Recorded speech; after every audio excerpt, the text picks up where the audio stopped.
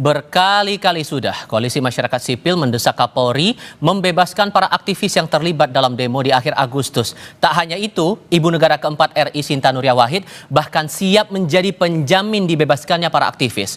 Lalu apa yang membuat polisi tak kunjung membebaskan para aktivis pada demo Agustus? Kami diskusikan ini bersama para narasumber. Bergabung saat ini Ketua Penasihat Ahli Polri Ito Sumardi dan Ketua PBHI Julius Ibrani. Selamat sore semuanya dengan Tifal, apa kabar? Selamat sore, Mbak Tifal. Terima kasih semua sudah bergabung dalam diskusi kali ini. Begini Pak Ito, karena kan ini suara dari Koalisi Masyarakat Sipil sudah meminta agar segera dibebaskan para aktivis ini, bahkan jauh sebelumnya Gerakan Nurani Bangsa sudah menyuarakan hal yang sama. Tapi sampai detik ini belum ada upaya pembebasan terhadap para aktivis ini. Apa hal yang mengganjal sebetulnya, Pak? Iya, pertama bahwa tentunya sikap resmi Polri ya terhadap permintaan pelepasan aktivis yang ditahan ini, tentunya kita menghormati aspirasi dan permintaan berbagai tokoh masyarakat. Namun negara kita negara hukum, Mas Tifal, bahwa proses hukum terhadap para aktivis tetap dijalankan secara profesional berdasarkan alat bukti dan pertimbangan penyidik. Namun kan Pak Kapolri sudah mengatakan beliau akan memperhatikan semua permintaan. Tentunya penangguhan penahanan ini pun juga ada persyaratan-persyaratan yang harus dipenuhi terlebih dahulu. Tanpa ada alat bukti ataupun keyakinan penyidik bahwa ada bukti pidana terkait dengan masalah yang dilakukan para aktivis tersebut, tentunya penyidik juga tidak berani mengambil satu resiko ya untuk melakukan penahanan. Karena kan itu bisa saja dilakukan misalnya pra-peradilan dan lain sebagainya. Dan ini akan sangat menentukan bagaimana kredibilitas penyidik. Tapi Pak Kapolri sudah menyampaikan kepada jajaran segera dilakukan pemilahan ya, pemilahan. Kemudian nanti persyaratan penangguhan penahanan akan menjadi pertimbangan. Dan saya kira karena ini memang beliau sudah membuka diri, akan ada ruang yang memungkinkan bagi para aktivis ini bisa ditangguhkan penahanan dengan catatan bahwa kalau mereka betul-betul terlibat dengan ada satu alat bukti atau dua alat bukti minimal itu, tentunya kita lakukan adalah langkah-langkah hukum. Banyak pihak yang bersedia menjadi penjamin buat mereka untuk dibebaskan, kemungkinannya berarti besar nggak Pak untuk para aktivis ini dibebaskan? Ya kan kalau yang menjamin kan belum tentu mengetahui apa yang dilakukan oleh yang saat ini ya aktivis yang sedang ditahan. Kan yang memiliki alat-alat bukti itu adalah para penyidik ya. Jadi pertimbangan penyidik ini pun juga banyak ya, karena kita juga tahu bahwa ada ruang-ruang yang bisa dilakukan untuk memberikan satu jaminan ya. Kita kan juga mengatakan bahwa aspirasi daripada masyarakat ini juga harus dihormati. Ini kan adalah aspirasi demokratis ya, dan juga polisi saat ini sedang berupaya untuk berbenah. Saya kira masih banyak kesempatan ataupun ruang-ruang yang bisa dilakukan dengan catatan tadi Mas Tifal, bahwa proses hukum tentu harus berlaku terus, berjalan terus ya. Soal nanti bagaimana hasilnya itu kan kita juga bagian daripada criminal justice system. Tentunya tergantung daripada kejaksaan ataupun nanti di pengadilan. Nah, ini kan akhirnya jadi ada yang berbeda, pandangan yang berbeda juga di sini Mas Julius. Anda dan teman-teman Koalisi Masyarakat Sipil bilang bahwa teman-teman aktivis ini bukan pelaku kriminal tapi menjalankan fungsi demokrasi sebenarnya. Tapi Kapolri kepada Kompas TV terakhir kali menyampaikan bahwa ada bukti kuat yang membuat mereka harus ditahan. Bukti penghasutan, provokasi, sampai ajakan untuk merakit bom Molotov. Itu gimana ngerespon itu?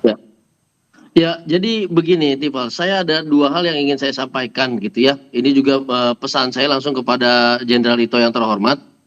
Jadi di lapangan, saya sendiri ada di TKP ketika itu, kami melihat ada kelemahan dalam strategi intelijen teman-teman polisi dan juga strategi yang namanya selektif konsep gitu ya. Jadi di lapangan kami melihat ada 4 kelompok yang berbeda, di mana 2 kelompok itu adalah seorang yang bertubuh kekar dan itu bukan sipil biasa, dan kelompok yang kedua adalah kelompok yang memang untuk melancarkan serangan kepada aparat, merusak dan segala macam. Sementara kelompok kami, kelompok ketiga adalah kelompok aktivis HAM bersama korban-korban yang memang menuntut penegakan dan pemenuhan hak asasi manusia. Kelompok keempat adalah masyarakat lepas, masyarakat umum yang peduli terhadap kondisi dan dia ikut berdemonstrasi. Nah, pada saat terjadi kericuhan, pengerusakan, penghasutan, pembakaran dan segala macam itu ada di kelompok 1 dan kelompok 2. Dan kami jelas lihat di situ. Nah, ketika dikatakan ada dugaan tindak pidana penghasutan yang menyebabkan pengerusakan, kericuhan dan segala macamnya, Maka kami melihat di fakta lapangan adalah kelompok pertama dan kedua. Itu yang pertama. Oke. Yang kedua, untuk nama-nama teman-teman yang kami dampingi, begitu ya, memang latar belakangnya adalah aktivis pro demokrasi, aktivis HAM, dari latar belakang NGO, aktivis mahasiswa dan yang lain. Dari pemeriksaan demi pemeriksaan, kami tidak melihat adanya korelasi dan relevansi yang langsung antara alat bukti yang digunakan dengan unsur-unsur dari dugaan tindak pidana penghacuran dan kericuhan. Nah, jadi ini tidak terang benderang.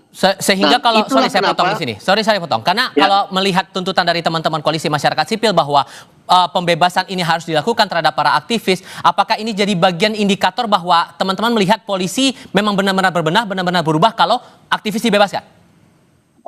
Itu pasti Tifal. Jadi gagasan kita, usulan kita, dorongan kita untuk membebaskan para aktivis ini ada dasarnya.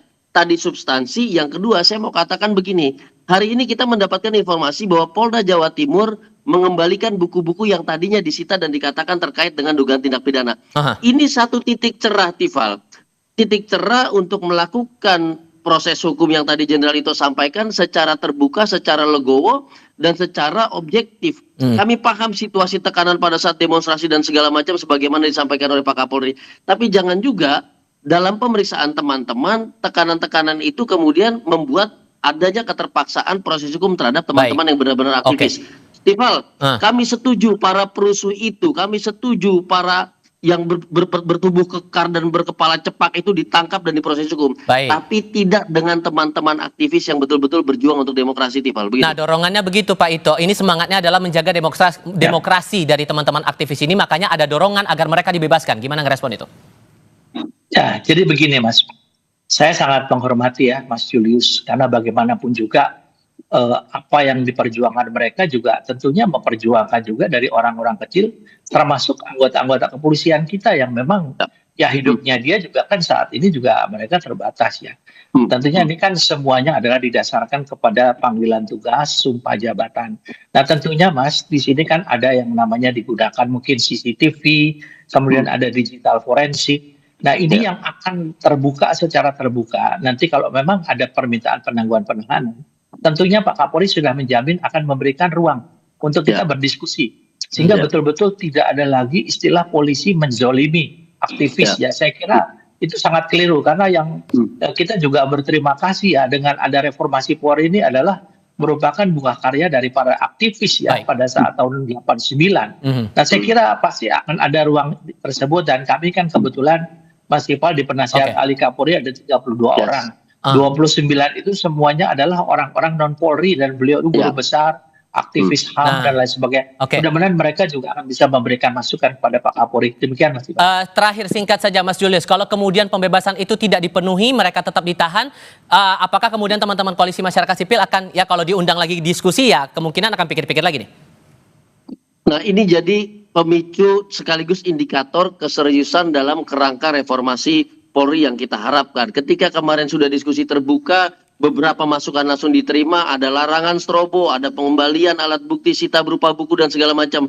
Jadi indikator pembebasan ini bentuk komitmen yang kuat Polri dan sekaligus mengembalikan kepercayaan masyarakat termasuk aktivis kepada Polri 100% Mas Tifal. Itu jaminannya. Baik, Mas Julius, Pak Ito, terima kasih banyak sudah berdiskusi bersama kami. Sehat selalu semuanya. Selamat sore. Ya, selamat sore.